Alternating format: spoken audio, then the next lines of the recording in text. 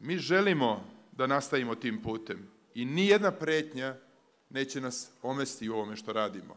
Zato što verujemo u tu ideju, jer verujemo da je ona dobro za srpski narod, za sve ljude koji u Srbiji žive, za Srbiju, za čitav region. To je ideja evropskih integracija, ali zbog naših ljudi, zbog vašeg života, zbog Resavice, zbog Bora, evo ovde i gospodin Spaskovski, direktor,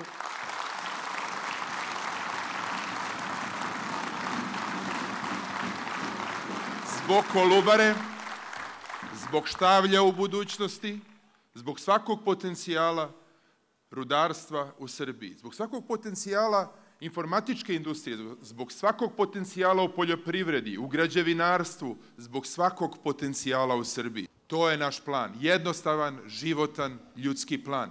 Ali to je pitanje i vašeg izbora. Izbor definiše naciju i ljude. Ako taj plan podržite 6. nastavit ćemo dalje. Ako taj plan 6. maja podržite, Srbija neće stati. Biće teškoća, ali nećemo stati. Ako taj plan podržite,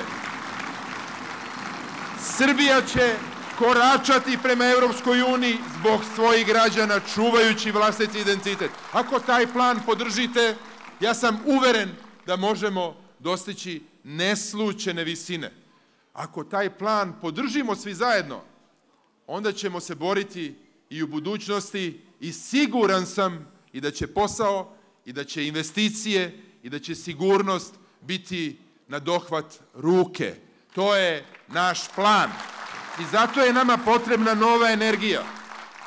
Zato je nama potrebna nova snaga u vremenu koje dolazi. Samo tako mi možemo obezbediti i posao, i investicije, i na kraju ono što svaka majka hoće u srpskoj porodici, sigurnost, izvesnost. Niko u Srbiji ne želi da sudbinu svog deteta podari ljudima koji kažu idemo danas levo, sutra desno. Idemo napred, pa malo nazad.